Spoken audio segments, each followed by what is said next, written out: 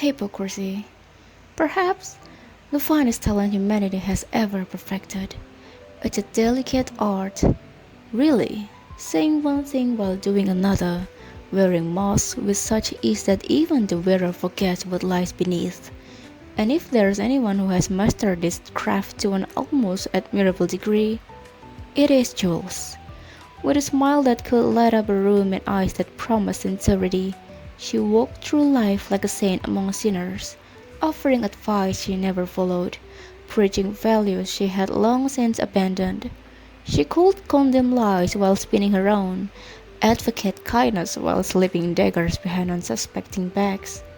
To the world, she was a model of virtue. In private, she was something else entirely. But that was the brilliance of it.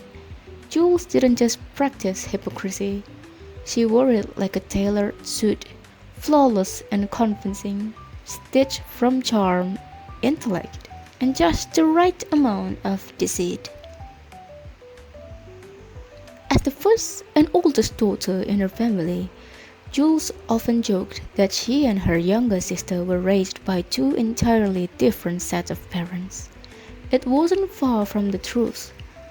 From a young age, the expectations piled high on her shoulders, silent, invisible bricks building a tower of responsibility she was never allowed to step away from. Her parents were strict, demanding excellence in every corner of her life. She had to be smart, composed, and endlessly diligent, a shining example of discipline and grace. Mistakes were not learning moments, they were failures to be corrected, scrutinized, and never repeated. Yet, when her sister came along, everything seemed to change. The rules softened, the punishment dulled. Her sister was allowed to stumble, to cry, to be loud and flawed without bearing the weight of shame. Jules watched it unfold like a bitter play, smiling through her clenched teeth as her parents chuckled at behavior that would have earned her hours of scolding. It wasn't jealousy, at least. That's what she told herself. It was confusion, perhaps, or the aching loneliness of someone who has never allowed to simply be a child. And that's how she mastered the talent of hypocrisy. It wasn't born overnight, but molded slowly, quietly, under years of expectation and imbalance. Pretending became second nature, first to survive, then to thrive. Acting with a double face is not that hard. She once mused to herself during an imaginary podcast session she hosted in her head. Voice smooth and confident like a seasoned speaker. Your public self and private self, you have to separate them, she added, nodding slightly as if her invisible audience was hanging on to her every word. In public, she was polished and poised, the image of control and elegance, the perfect daughter, the high achiever, the girl who never slept. But in private, there, she was allowed to unravel, to roll her eyes, to scream in silence and breathe without performance. Hypocrisy wasn't a betrayal of self, it was a method of preservation, a split of identity, carefully curated that allowed her to move through a world that never gave her room to be anything less than ideal. But even that quiet, polished version of Jules was built on little contradictions.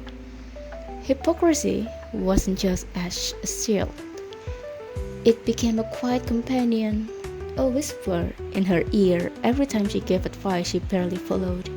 She told her friends to be patient, to breathe through stress, to treat others with grace.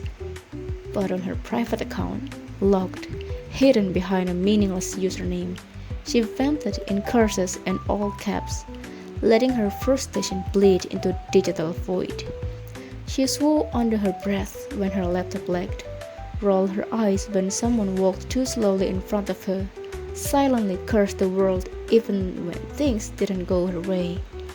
But in person, she was serene, like a monk in a modern outfit. Take your time, don't burn yourself out, she once said to a friend crying over deadlines.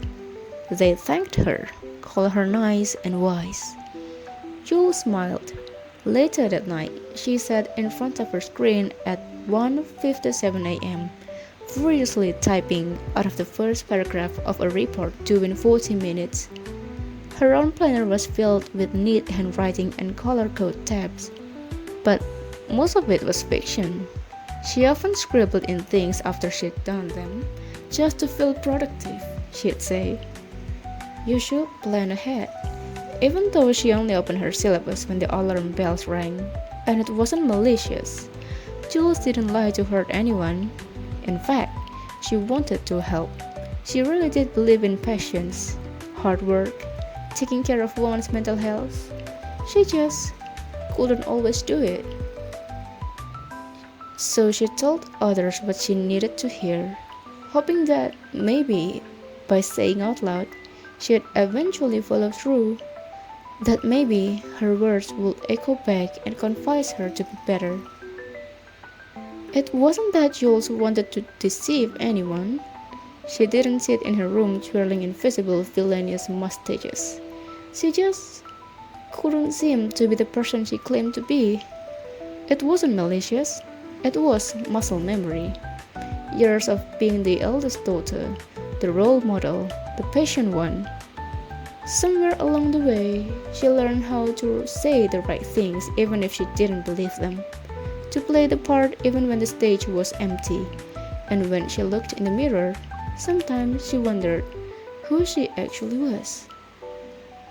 The calm, understanding Jules everyone praised, or the frustrated, tired girl behind the curtain, whispering truths she wouldn't dare speak aloud.